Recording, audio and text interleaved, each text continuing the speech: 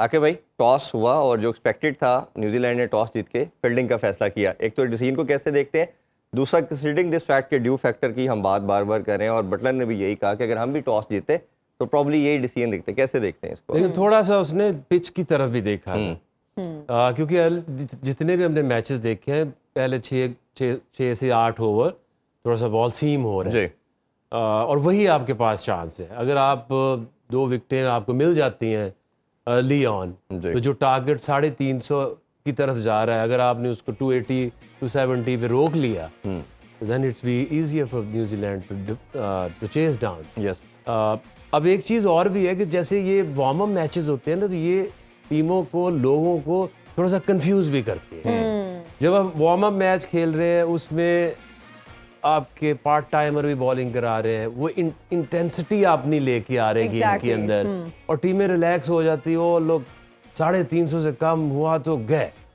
But ऐसी game इतनी नहीं है। हाँ। अभी आप देखिए कि कितने कितने सरप्राइज लोगों को मिलेंगे। जी। अब इंग्लैंड के दिमाग में क्या चीज चल रही होगी, ओए 350 350 और जहां 2 विकेटें गिरी और फिर इनके ऊपर प्रेशर पड़ा तो ये आपको 250 240 में भी टीमें आउट होंगी। बिल्कुल ऐसे ही है। तो अब ये चैलेंज ये है कि अर्ली ऑन थोड़ा सा बॉल ने सीम होना है, आप किस तरह से बाउंड्रीज आके भाई छोटी हैं, जैसे अभी रमीज भाई ने बताया कि छोटे साइज की हैं, ऑब्वियसली रन बड़े होंगे, बॉल आउटफील्ड बहुत फास्ट है, तो सेफ टोटल फिर भी 350 आपको लगता है जो हमें आइडिया हुआ प्रैक्टिस मैचेस देख के?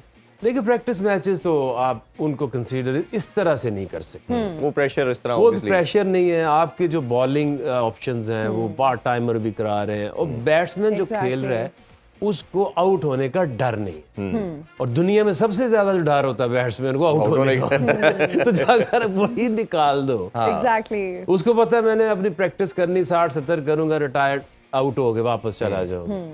वही प्लेयर होता है, वही बॉलर होता है, जब उसके ऊपर प्रेशर पड़ता है तो एक एक रन नहीं होता। जी। और वही बॉलर है जो छाया हुआ होता है, दिमाग में हल्का सा डाउट आता है, बॉल करानी भूल जाता है। तो जब आप वर्ल्ड कप के मैचेस की बात करते हैं, it's not about bat and ball and field, it's about the mind management. बिल्कुल ठीक। How do you handle the pressure, game awareness, game से आगे बढ़ जाती है गेम। बिल्कुल। तो अभी आप देखेंगे ये जो सारे हम कह रहे हैं ना 400 रन है वैसे वार्म अप मैचेस जो है they are kind of important too, क्योंकि आपका मोराल हाई होता है, आपको कॉन्फिडेंस आता है कि हम कॉम्बिनेशन डिफरेंट ट्राई करते हैं। रमीज भाई से भी मेहनत बढ़ते हैं। जी हम ड्यू फैक्टर की बात करें तो हम रमीज सर से भी जानना चाहेंगे कि इन कंडीशंस में ड्यू फैक्टर जो है वो बहुत इफेक्टिव होता है। आपको क्या लगता है कि ड्यू फैक्टर कितना रोल प्ले करेगा, क्योंकि हमने वार्म अप मैचेस में भी देखा, कुछ मैचेस में हमने देखा, तो व्हाट डू यू थिंक? देखिए ड्यू फैक्टर रहेगा, खास तौर पे नॉर्थ में रहेगा। जैसे दिल्ली में मैचेस है, वहां पे जरूर हमें पता है लाहौर जैसा मौसम होता है, कुछ मानसून एंड हो रहा है, जैसे हैदराबाद में यहाँ पे ये मानसून का एंड है, मुंबई में मानसून खत्म हो रहा है मगर लास्ट हफ्ता चल रहा है, तो मैचेस इफेक्ट हो सकते हैं। इसलिए जो नेट रन रेट है, इसलिए जो डकवर्थ लुइस को सामने रख के भी आपको डिसीजन कई दफा करने पड़ जाएंगे।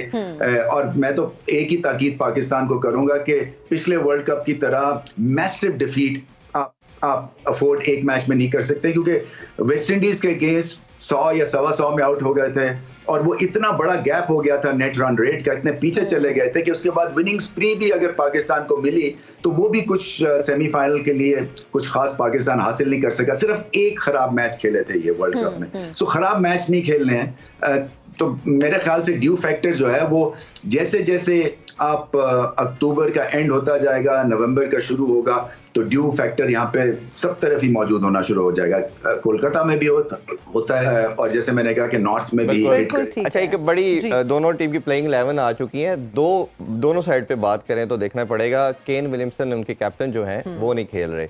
आई डोंट नो क्या रीजन है, क्योंकि वार्म अप मैच तो उन्होंने खेला बट लास्ट वाला नहीं खेला था, बड़ी इंजरी से कमबैक किया। दूसरा जैसे रमीज भाई कह रहे थे निगल की बात की, बेन स्टोक भी नहीं है, तो बाकी स्क्वाड भी हम अभी स्क्रीन पे दिखाते हैं दोनों टीम का स्क्वाड। कैसे देखते हैं इन दोनों का टीम में ना होना? दोनों बहुत बड़े प्लेयर हैं और मैच विनर है। देखिए बेन स्टोक का तो बहुत ज्यादा प्लेइंग 11 भी आ चुकी है जी। ये दोनों टीमों में जो एक्स फैक्टर है वो बेन स्टोक था जी, क्योंकि उनके पास उस लेवल का प्लेयर नहीं है जी।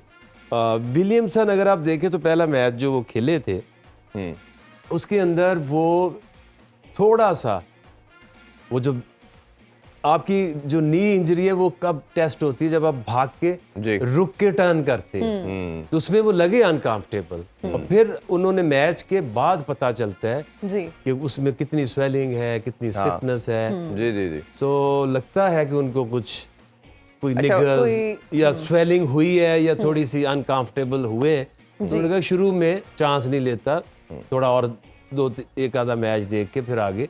अच्छा, केन विलियमसन के हवाले से अगर बात करें तो एक ऐसा प्लेयर जिसने शुरू से ही कैप्टनसी की, अगर उसकी आप हिस्ट्री देखें तो वो स्कूल लेवल से फिर कॉलेज में, फिर क्लब में, फिर अंडर 19 और फिर टीम की क़यादत, एक प्रॉपर एक प्रिपेयर्ड कमोडिटी नज़र आता है। और न्यूजीलैंड की अगर ओवरऑल साइड देखें तो ऑस्ट्रेलिया के बाद सबसे बैलेंस साइड नज़र आती है जो कंसिस्टेंट वर्ल्ड कप में परफॉर्म कर रही है।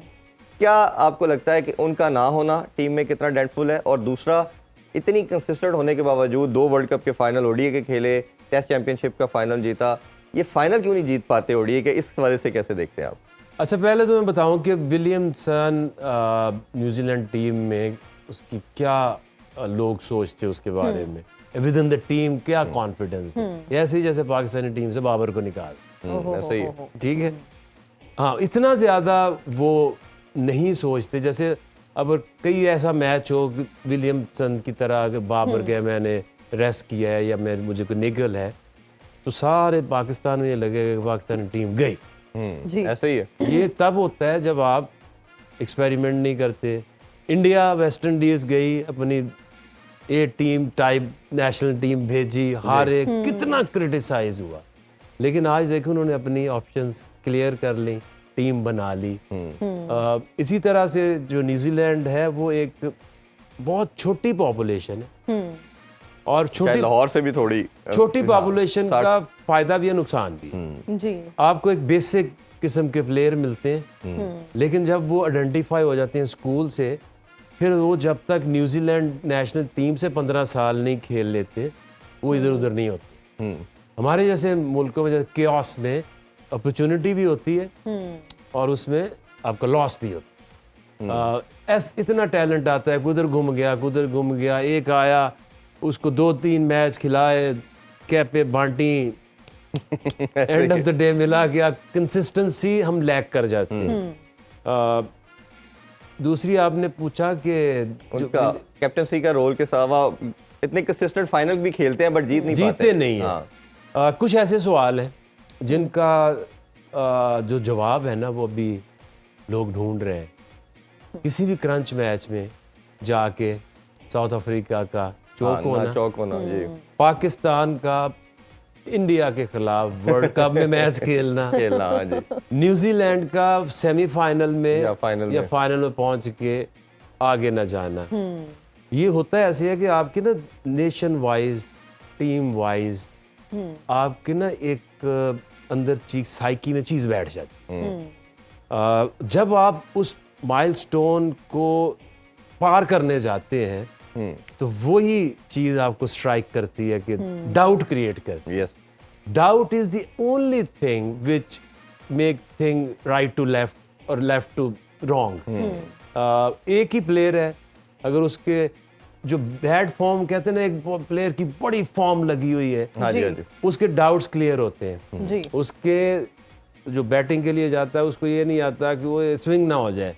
हमने एक्सपीरियंस किया हुआ है, कई दिन ऐसा आता था कि एक एक इंच हमारे कंट्रोल में होता कि यहाँ यॉर्कर मारूंगा, यहाँ बॉल, यहाँ मैं उस दिन भी एक जिक्र कर रहा था कि आपकी पीक उस तरह की आ जाती है कि आप कह के टो पे बॉल मार सकते हैं। बिल्कुल ऐसे। मेरे से हुआ है। तो ये आपकी जो डाउट, जब आप कहते हैं ना कि आपने उस दिन इतनी अच्छी बॉलिंग की तो क्या था, आपका हेड क्लियर था।